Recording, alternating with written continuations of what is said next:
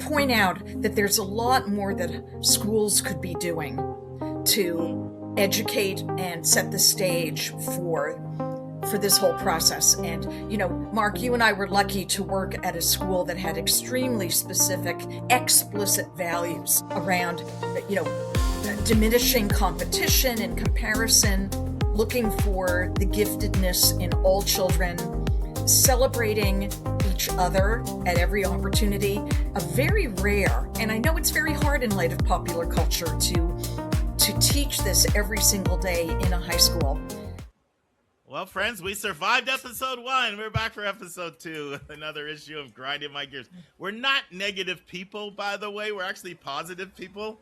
So I don't want to think that you think we're always giving off this negative energy. But there's curiosity out there about these kinds of things, and we thought we'd do it. So the second one is one that parents and students do. And this is how it goes. And it happens all the time when you work with students, right when decisions come out. Either a parent or a student will be like, you're not going to believe the kid that this college took from our school. And then they proceed to tell you all these things about the student. Like, it's usually embellished. Like, they'll tell you the test scores and the GPA, or maybe they'll throw in something else like they're a total slacker, they don't participate in class. They'll throw in things. And it's highly, highly offensive for 2 reasons. Well, multiple reasons. For one, this is all the reasons why it rankles me and grinds my gears. For one, they think they know everything and they don't. Okay? They have not read that file, so they don't know everything. And then the rumor mill goes amok and it gets crazy. It's like that game where you play where you whisper, you whisper, you whisper. Yeah. And by the time it ends up like the kid's basically in prison for 10 years, and then so it's highly offensive for that reason. And the other reason why it's offensive is they don't know the institutional needs of the school.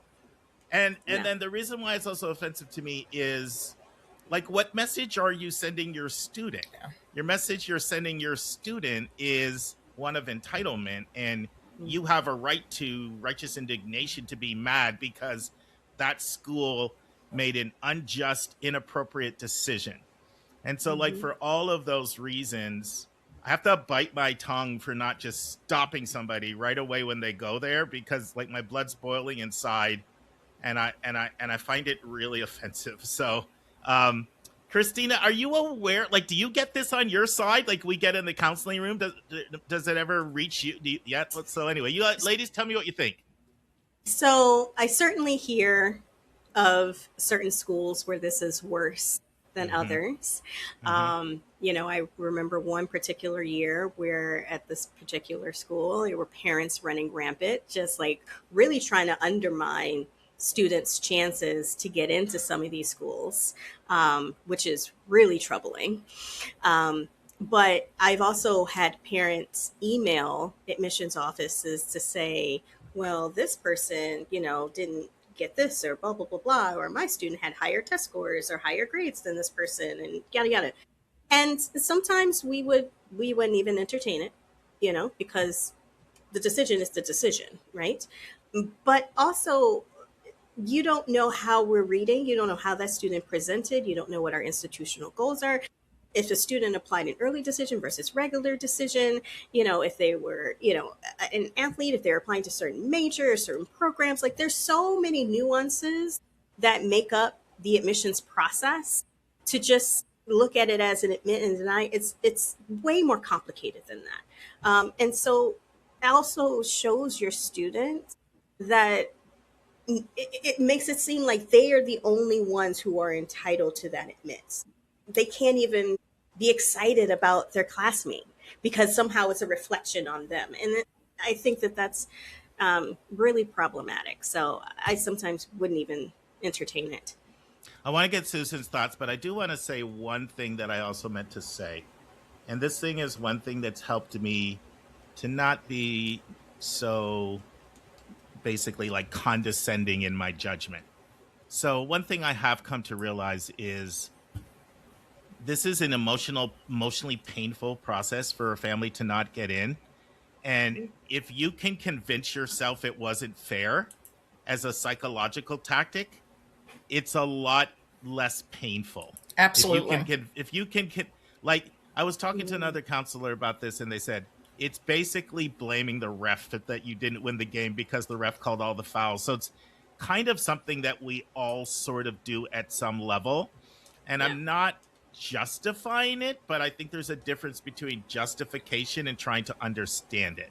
And I do think that part of it comes from a place of trying to protect your kid from feeling devastated emotionally from a motive standpoint. So I at least want to throw that out there.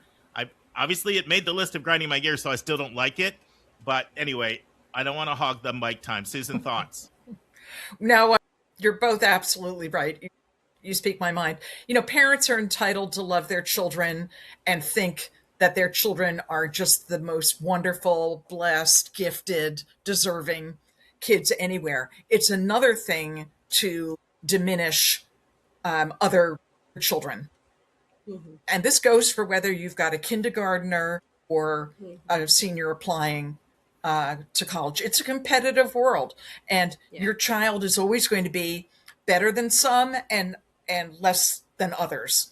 And the Hmm. earlier as parents that we can help children focus on the important things in life, what you can control, where your values are, and be less a reflection of external values and status. It's life. It's always going to be there. But I do in a way blame, not blame, but point out that there's a lot more that schools could be doing to Hmm. educate and set the stage for this whole process. And Mark, you and I were lucky to work at a school that had extremely specific, explicit values Mm-hmm. around you know diminishing competition and comparison, looking for the giftedness in all children, celebrating each other at every opportunity. A very rare, and I know it's very hard in light of popular culture to teach this every single day in a high school.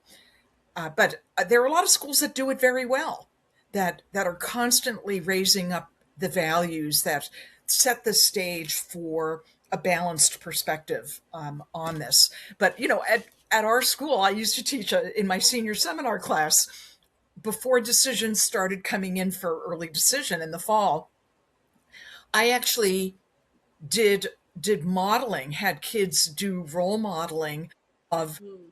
how to respond to news that would be coming out, their own news, but also the news that was coming at them from their friends. And of course, the kids thought this was the funniest thing on the planet, and it became a school tradition that they all looked forward to when they got to do this. And we set up scenarios and then played it out in small class groups and things like that, where the kids would laugh their heads off. They knew what we were doing. They Hmm. understood the point of stepping into that space of um, support and truth telling and being having a lack of judgment. Part of it also was educating them as to how colleges made admissions decisions, and Hmm. what Christina said about institutional priorities and preferences, whether it's the academic interest that the student had, or something else that made a student particularly desirable in the admit pool. It doesn't mean that when a college is only admitting 5, 10, 20, 30, even 50%, they're turning down a lot of very well qualified kids, and it ain't linear. Let's just point that out, that Absolutely not. as a reader, we don't line them up, do we, Christina? They are, the colleges that I've read It's not for, like we're looking at the GPA and the test score in a line like this. Yes. it's No. not linear, because we know that students, this is a holistic process for a lot of Correct. selective colleges, and differences in grade point average and test scores may those things impact overall academic ratings at a college, but they don't necessarily drive a hierarchical approach Hmm. to admission, and that escapes a lot of parents. There's Yep. one other thing that I mentioned that bothers me about it, and that is a lot of times when parents and students talk this way, they think they're talking in a vacuum. But on the counseling side, we have the kids that come back and say, this is Yeah. what they're saying. Yep. And that kid worked really hard. And people are saying the only reason you got in is because your dad's an alum. You know, the only reason you got in is because you're an athlete. And sometimes there's the implication that athletes are like dumb and unqualified. And we know a lot of times athletes have very high GPAs. They're incredibly disciplined people. And at selective schools, Yep. they still have to be really strong, have strong Right. character, and be very capable. And you know, or you got in because, you know, that just used to happen. You know, even at Westtown, we talk about our values, Susan, but sometimes people would come to me and hear, because in a close-knit environment, kids are saying I got in because I'm Black. Like, these are things that these are real conversations, you know, that I've had. And so that's the other thing.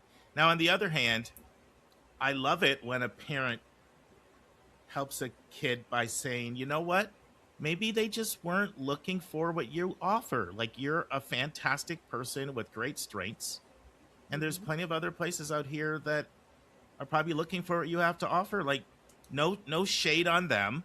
It just wasn't a fit. Like, I do have parents that say that too. And while we're talking about grinding gears, I should also celebrate the parents that handle that with Yeah. their student that way. So Bye. bye.